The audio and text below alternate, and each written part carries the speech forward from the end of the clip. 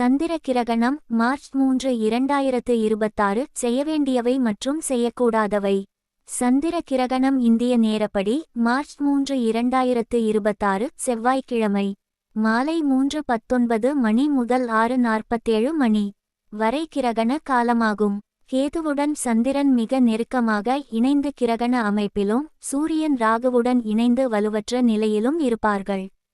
பௌர்ணமியாக இருந்தாலும் இது வலுவற்ற பௌர்ணமியாக இருக்கும். கிரகணம் சிம்ம ராசி பூரம் நட்சத்திரத்தில் நிகழ்வதால் பூரம், மகம், உத்திரம் நட்சத்திரத்தில் பிறந்தவர்களும் பரணி, பூராடம் மற்றும் கார்த்திகை, உத்திராடம் நட்சத்திரத்தில் பிறந்தவர்களும் கிரகணம் முடிந்தவுடன் கோவிலுக்கு சென்று வழிபடுவதும் மற்றும் தயிர் கலந்த உணவை தானம் கொடுப்பதும் நன்மை தரும். அனைவரும் கிரகண காலத்திற்கு முன்பாகவே குளித்துவிட்டு உணவருந்துவிடவும், குறிப்பாக கிரகண காலத்தில் உணவருந்துவதை தவிர்க்கவும்.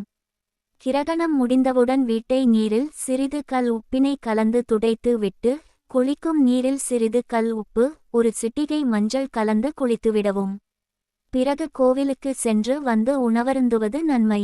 சுய ஜாதகத்தில் சந்திர தசா நடப்பவர்கள், சூரிய தசா நடப்பவர்கள், சூரியன் அல்லது சந்திரன் ராகு, சனியுடன் இணைந்து தசா நடப்பவர்கள், சந்திரன் அமாவாசை நிலையில் அல்லது தேய்பிறை அமைப்பில் பாவதன்மை அடைந்து தசா நடப்பவர்கள் மற்றும் ஒரு அவயோக தசாவில் இது போன்ற அமைப்பில் பாவத்தன்மை அடைந்த சூரிய சந்திர புத்தி நடப்பவர்கள், கோச்சாரத்தில் 7.5 சனி அல்லது அஷ்டம சனி நடப்பவர்கள் கவனமாக இருக்க வேண்டும்.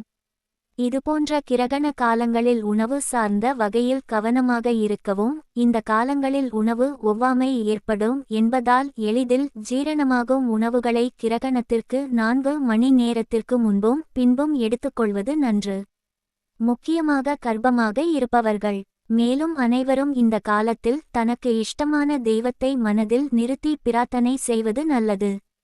மேலும் இந்த காலத்தில் சுய ஜாதகத்தில் சந்திரன் கெட்டு உள்ளவர்களுக்கு மனப்பதட்டம், குழப்பம் போன்றவைகள் இருக்கும். எனவே இவர்கள் முக்கியமான முடிவுகளை எடுப்பதும் மற்றும் பிரயாணங்களை தவிர்ப்பதும் நல்லது.